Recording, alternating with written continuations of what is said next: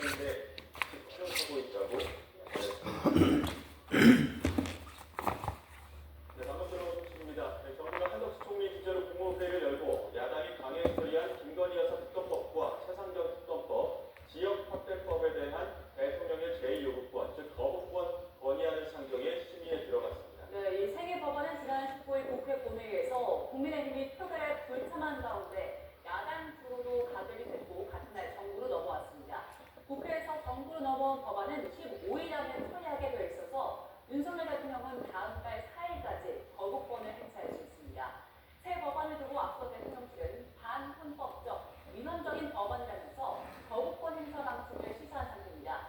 윤석열 대통령은 국무회의에서 거부권 행사안이 의결되면 제가 할 걸로 보입니다.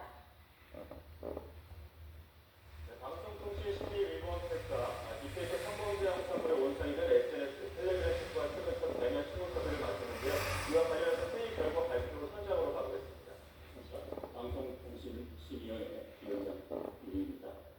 딥페이크 성범죄 영상 배출 위해 저희 방송통신심의위원회가 해외관과 다시 2차 대면회와 관련해서 그동안의 경과와 회의 내용을 설명드리도록 하겠습니다. 먼저 그동안의 경과에 대해 말씀드리겠습니다. 해외관 내의 딥페이크 성범죄 영상물이 국내 최대 흔한으로 부상했던 지난 8월 28일 저희 방송통신심의위원회는 즉시 긴급시 대책을 발표한 바 있습니다. 폐쇄적인 딥페이크의 성범죄 특성상 해외관과의 한나라의 공부는 10대 종합대책 중 핵심 과제였습니다. 위원회가 그 이튿날 곧바로 프랑스 텔레그램 CEO 수사 당국과 관련 접촉을 시작하게 된 것도 이 때문이었습니다.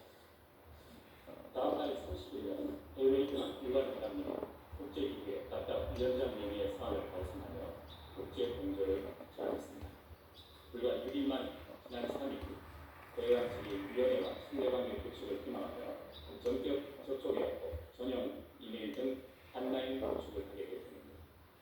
이후 텔레그램 측은 위원회가 요청한 딥페이크 성범죄 영상물을 모두 삭제하고 결과를 즉각 회신하는 등 양방향 소통이 나섰다고 했습니다. 저희 위원회는 그동안 텔레그램과의 여러 차례 이메일 교환과 화상 회의 등을 통해 지속적인 실무 논의를 이어왔고 실질적인 협력 체계 구축을 위한 첫 대면회를 지난 주말까지 2차례 연속으로 했습니다. 이번 대면회에서 텔레그램 내 국무는 불법 정보의 퇴출 위에 양측 간에 중요한 합의가 있어서 그 주요 내용을 국민 여러분께 알려드리기 위해 오늘 이 자리에 나왔습니다. 지난 27일과 28일 이틀에 걸쳐 열린 이번 1차 대면회에서 텔레그램 측이 저희 위원회에 밝힌 중요한 내용부터 먼저 말씀드리겠습니다. 가장 핵심 사항은 앞으로 텔레그램 내에 유통되는 불법 정보에 대해서는 무관용 원칙을 적용해 강력 대응하겠다고 약속한 것입니다. 텔레그램 측은 이런 원칙에 따라 앞으로 딥페이크 성범죄 영상뿐만 아니라 음란, 성매매, 마약, 도박 등 텔레그램 내에 유통되는 불법 정보에 대해서도 다각적으로 검증하도록 약속했습니다. 이를 위해 불법적 판단 등 내용 심의에 전속적 권한을 가진 저희 방송통신심의위원회 요청 시 이를 적극 활용하여 텔레그램 내의 불법 정보를 신속하게 삭제, 하단, 조치하겠다고 밝혔습니다. 텔레그램 측은 또한 실무적인 업무 협력을 위해 한국경찰청과 방송통신위원회가 전향적으로 협의해나가겠다고 밝혔습니다.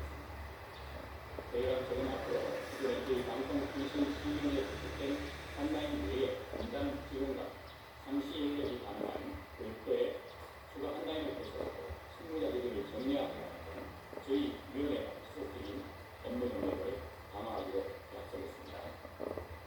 지난 27일 오후와 어제 오전 두 차례 계속된 이번 대면회의에서 저희 방송통신심의위원회는 한국의 사용자들이 보다 안전하고 건전하게 텔레그램을 이용할 수 있도록 국내 유관기관으로 적극적으로 협조해 주도록